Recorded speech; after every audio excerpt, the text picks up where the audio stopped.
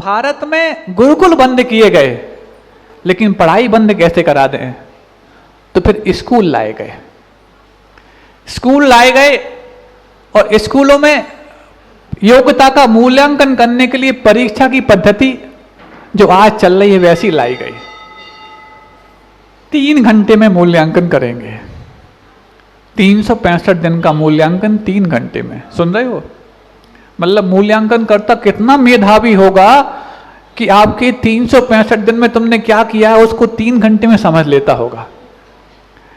ऐसे मूल्यांकन करने वाले परीक्षक आपको देखने को मिलते आज? मिलते क्या? नहीं मिलते। तो क्या आपका मूल्यांकन सही हो रहा है? आप मान सकते हो? और आज तो मूल्यांकन की पद्धति, वाह, हमें लगता है नंबर स्वर्गों से बरसते हैं, जैसे पानी बरस रहा ना। 20-25 वर्ष पूर्व जब 60-70% लाने में भी पूरे हलके में तहलका मचता था, पूरे जिले में, संभाग में, प्रदेश में तूती बजती थी, और आज 99 आने के बाद भी कोई शोर सुनाई नहीं देता। एक बहुत व्यंग्यात्मक लेख आया, मैं आपको बीच में बताना चाहता हूं। आज की पूरी शिक्षा व्यवस्था पर एक बहुत बड़ा व्यंग है। वो ये लेख इस रूप में आया, सुन रहे हैं आप लोग कि सुना रहे हैं आपस में? कुछ सुना रहे हैं तो पहले आप सुना दो, फिर हम बाद में सुना देंगे। और सुन रहे हैं तो कोई बात चूक ना जाए, इसका ध्यान रखना।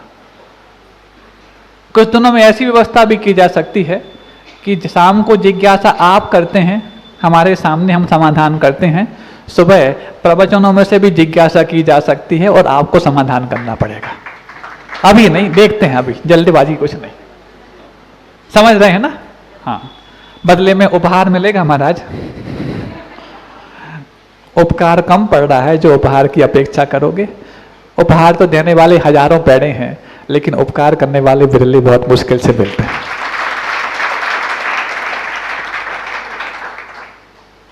तो जब इस शिक्षा व्यवस्था की बात आई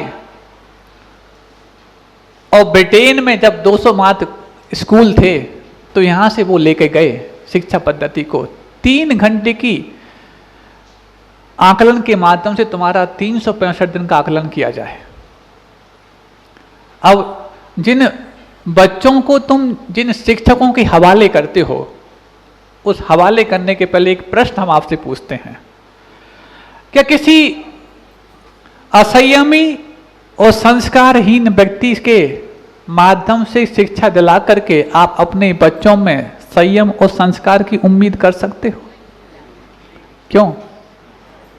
बड़े स्कूल में भेजते हो ना। बड़े स्कूलों के नाम, अब प्राइवेट स्कूल के नाम तो हम नहीं लेंगे तो किसी को बुरा लग जाएगा, लेकिन केवी तो आप ले सकते हैं ना। सरकार को कुछ भी कह दो, कोई फर्क नहीं पड़ता। केवी में भेजते, और उसके अलावा और सब में भेजते हो ना। अभी आपने क्या कहा? किसी असंयमी से हम अपने बच्चों में संयम और संस्कार की उम्मीद नहीं कर सकते। तो बताओ, वहां पर पढ़ाने वाले संयमी हैं, संस्कारी हैं, और उनके हवाले अपने बच्चों को तुम करके संस्कार और संयम की उम्मीद कर रहे हो। तुम्हारी उम्मीद कितनी बेबुनियाद है। सोचते हो पढ़ लिख करके आएगा, संस्कार पाके आएगा। एक स्कूल था, संस्कार वैली पब्लिक स्कूल, उसका एक विद्यार्थी हमारे पास आया। कहाँ का है हम नहीं बताएंगे, सब जगह होते हैं आजकल, तो ये नाम तो कॉमन है, सब जगह मिल जाएंगे आपको। इंग्लिश मीडियम था, थोड़ी उससे इंग्लिश में बात की अपन ने, करना ही पड़ता है, क्या करें। अनार को अनार की भाषा में समझाना पड़ता है। ये तो आचार्य कुंद ने समय सार में भी लिखा, अनज भाषम बिना हु काहे तुम, कि अनाड़ी को अनाड़ी भाषा में बात करनी पड़ेगी, तब जाके उसको आप खिलाड़ी बना पाओगे। और शुरुआत में तुम खिलाड़ी की बात करने लग गए तो कहाँ वो अनाड़ी अनाड़ी रह जाएगा, तुम खिलाड़ी बने रह जाओगे। तो अनार को अनार की भाषा में, इसलिए अनार्य मतलब जो आर्य नहीं है, इसका नाम अंग्रेज होता है। ऐसे उन अनार्य को अनार की भाषा में बोलना पड़ता है। तो उससे बात की, in which class are you study now? Class 3rd। Okay. In which school? Sanskar valley public school.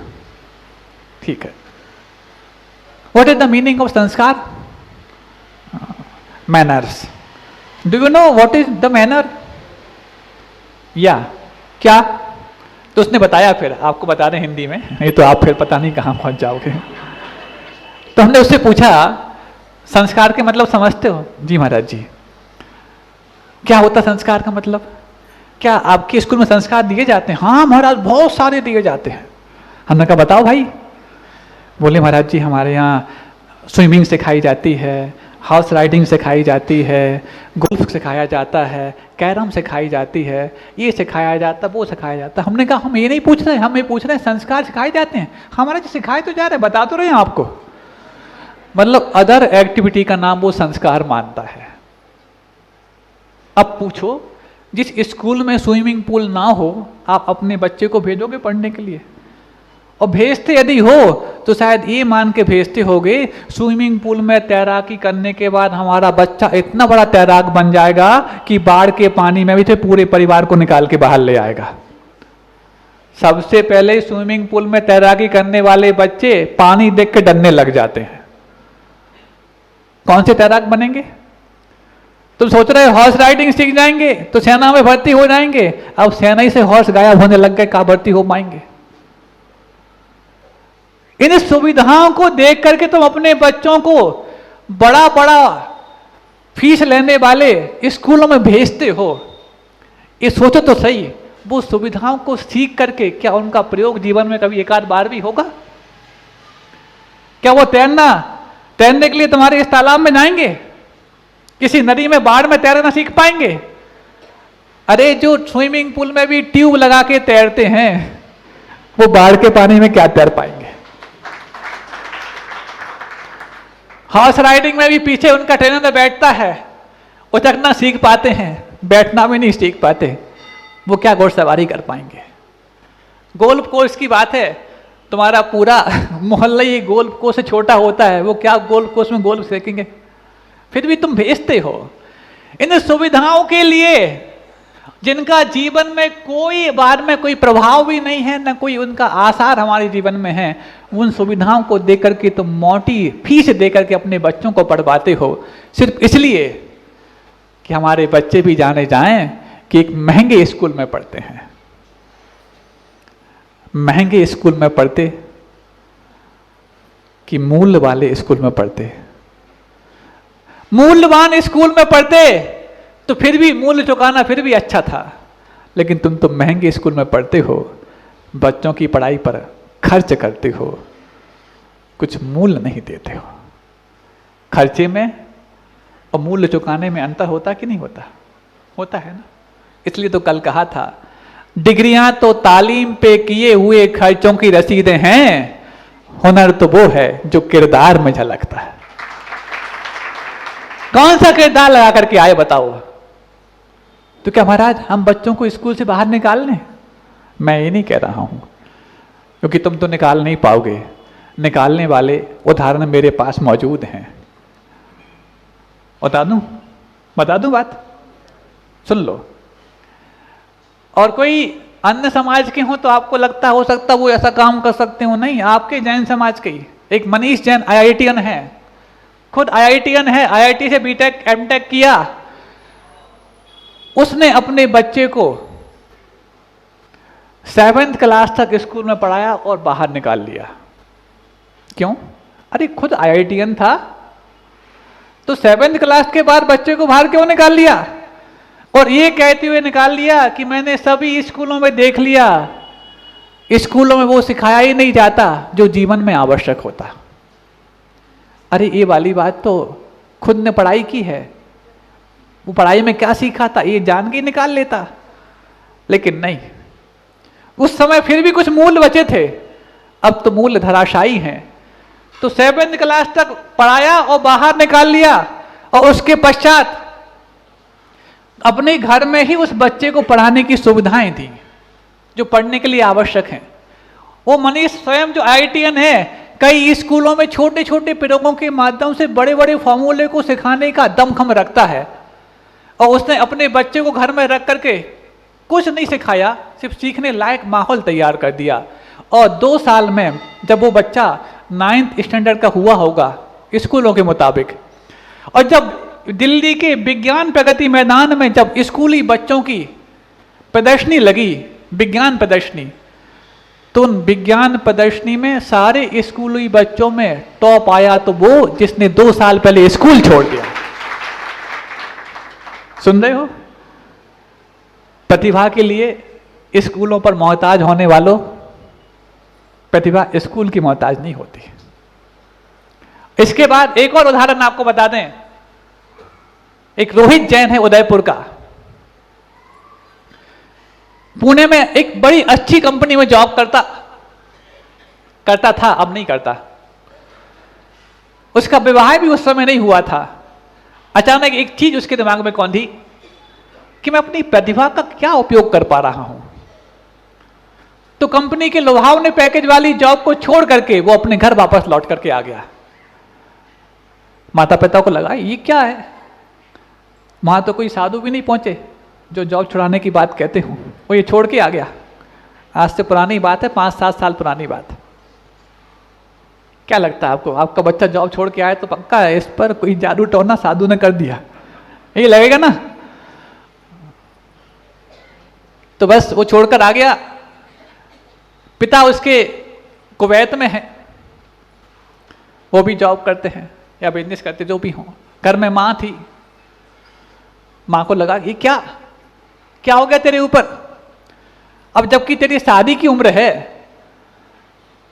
शादी करवाने के लिए तो तेरे लिए पढ़ाया लिखाया था कि तू घर से बाहर निकल जाना। महाराज रोज ये वाली बात क्यों कहते हो? इतना हमें लज्जा क्यों आती है? अरे निर्लज्जों के लिए लज्जा आने लग जाए बहुत बड़ी बात है। हमारा प्रवचन सार्थक हो गया। आपको निर्लज्ज नहीं बोल रहे, बहुत से लोग बाहर भी सुनते हैं। अब सोचो तेरी शादी हो जाए इसलिए तो तुझे पढ़ाया लिखाया था और घर के बाहर भेजा था। अब जब शादी के समय आ गया तू घर लौट कर आ गया, कौन अपनी बेटी ब्याहेगा? बोले चिंता मत करो, मैंने शादी के लिए शिक्षा नहीं ली थी, क्योंकि बर्बादी तो बिना शिक्षा के भी पहले हो जाती है। मैंने शादी के लिए शिक्षा नहीं ली थी, क्योंकि बर्बादी तो अशिक्षित लोगों की भी हो जाती है। हम कुछ व्यंग नहीं कर रहे भाई, तुम अन्यथा मत समझ लेना। सब शादीशुदा बैठे हो, नहीं तो तुम कहने लग जाओ महाराज, कुछ भी कहने लग जाते आप तो। फिर वो वहीं ट्राइबल एरिया में, आदिवासी इलाका जो उदयपुर के पास है, वहां पर गया कि मैं अपनी प्रतिभा का यहां पर कुछ दोहन करना चाहता हूं। तो आसपास के गांव के लोग बच्चों को इकट्ठा किया और कहा बच्चों मैं आपको सिखाऊंगा, पढ़ाऊंगा। अब बच्चे तो आदिवासी बच्चे हैं, पढ़ाई क्या होती, शिक्षा क्या होती वो ज़्यादा जानते नहीं, फिर भी इकट्ठा कर लिया। उद्देश्य अच्छा होता है तो फिर कामयाबी जल्दी मिलती है, जैसे कि आप लोग को मिल रही है। जब सबका मन और निर्मल हो गया तो धीरे धीरे सारे सुराग अपने आप लगने लग गए। इस समय आप प्रवचन सुन रहे हो और इसी समय आपके अतिशय क्षेत्र का जो कुछ भी मैप है अंतिम रूप ले रहा है कहीं और। कहां हम नहीं बताएंगे। सेम टाइम चल रहा है, यहां पर तुम्हारा मानस अंतिम रूप ले रहा है और वहां पर तुम्हारा मैप अंतिम रूप ले रहा है। सब कुछ ठीक रहा तो सब कुछ अच्छा अच्छा होने वाला है, हो ही रहा है। तो गया आदिवासियों के बीच में, बच्चों को इकट्ठा कर लिया। 2 ही 3 दिन हुए पढ़ाते पढ़ाते, उसको लगा कि मैं इनको मौखिक कम पढ़ा पाऊंगा, अच्छा रहे कि ब्लैक बोर्ड मिल जाए। तो बच्चों से पूछा बच्चों यहां पर ब्लैक बोर्ड मिलेगा? अब बच्चे खोजाने लगे ये क्या होता ये कौन सी बला है ब्लैक बोर्ड? तो बोले क्या? बोले ऐसा कुछ जिसमें लिख करके हम आपको कुछ पढ़ा पाए। बोले हाँ समझ गए। बच्चे गए, 1-2 घंटे में ही बढ़िया उनने लकड़ी को फर्निश किया और तार से कस कस के उसको व्यवस्थित करके लाके रख दिया। बोले सर लीजिए ये। उन बच्चों की जन्मजात इस प्रतिभा को देख करके रोहित लगा कि मैं तो यहाँ कुछ सिखाने आया हूं, इसने तो हमारे लिए सिखा दिया। फिर उसने रिसर्च की कि ये अनपढ़ बच्चे क्या खाते पीते, क्या करते क्या नहीं करते। मैं टैलेंट देने आया था, इनके पास ऑलरेडी टैलेंट मौजूद है। फिर उसने पाया कि जो खाते पीते हैं, ये जिस जीवन शैली में जीते हैं, वो तो दुनिया में देखने को ही नहीं मिलती आज। और इस प्रकार के अनाज और धान्य जो आज ये भ्रम फैला के तुमसे दूर कर दिए गए कि इनमें कोई पोषक तत्व नहीं है, वही पोषण युक्त अनाज और धान्य वहां पर खाने पीने में आता है। और ऐसे बीज जो लुप्त प्राय हो गए हैं, आपके लिए तो लुप्त क्या है ही नहीं, देखने को नहीं मिलेंगे आपके लिए, वो सब वो उपयोग करते हैं। उनमें इतना न्यूट्रिशंस है, इतने न्यूट्रिशंस उसमें हैं कि शायद आप न्यूट्रिशन चार्ट बनाएंगे तो सबसे ज्यादा उसमें वो उसी के माध्यम से जो भोजन पान करते हैं उससे उनका तन भी तंदुरुस्त होता है और मन दुरुस्त होता है। और उसी प्रतिभा का परिणाम कि उन्होंने इतनी जल्दी काम करके बता दिया, फिर उसने अपनी टैलेंट को देने की बजाय टैलेंट को और डेवलप करने के लिए एक अलग विधा सीख ली। वो ऑर्गेनिक फार्मिंग, जिसको जैविक खेती है, उस फील्ड में चला गया और उन लुप्त प्राय बीजों को बचाने के साथ साथ उसको संवर्धन और संरक्षण देने में जुट गया, जिन पर मल्टीनेशनल कंपनी की तो गिद्ध भरी निगाह थी। वो तो आपको जो आपकी पूंजी में था उससे लूट करके ले गए और उसको पाने के लिए उनकी पैनी निगाह अभी भी बनी हुई थी। जब इन्होंने उसको बचाना प्रारंभ कर दिया, उसको और बढ़ाना प्रारंभ कर दिया, तो कई एमएनसीज के उनके पास लोहावने ऑफर आए कि एक काम आप हमारे लिए करो। तो उसने कह दिया, मुझे किसी की दास्ता ही स्वीकार करनी होती तो मैं जिस कंपनी को छोड़कर आया वो कौन सी बुरी थी। बोले नहीं, कई लोगों ने उसको हायर करने की कोशिश की कि तुम इतना बड़ा काम कर रहे हो, और ऐसा करने में उसके लिए अपने घर से ही विरोध झेलना पड़ा कि किसने उसके ऊपर जादू कर दिया। अच्छे बड़े साफ सुथरे ऑफिस में बैठता था, काम करता था, उसको छोड़ करके यहां पर माटी में ना हाथ साफ रखता, ना पैर, ना मुंह, ना कुछ, लेकिन दिल साफ रखता है। आपके बच्चे साफ सुथरे मेज पर और वहां पर खटपट करते होंगे, दिल में क्या रखते होंगे हमें कहने की आवश्यकता नहीं, लेकिन जिस रोहित की बात किसी मुख से, वो भी साधु के मुख से निकल रही है, वो उसकी पुण्य से निकल रही है जो उसके दिल में साफ होने के बाद उसने संचित किया था। निकलती है कोई ऐसे होनहार आपके सपूत जिनका मुख, जिनका नाम किसी साधु मुख से निकलने लायक आपने बनाया? हाँ, आएंगे, वो भी आ रहे हैं, बीच बीच में लाता हूं। आप नहीं करा पाते वो तो मैं स्वयं ढूंढ लेता हूं, बता देता हूं।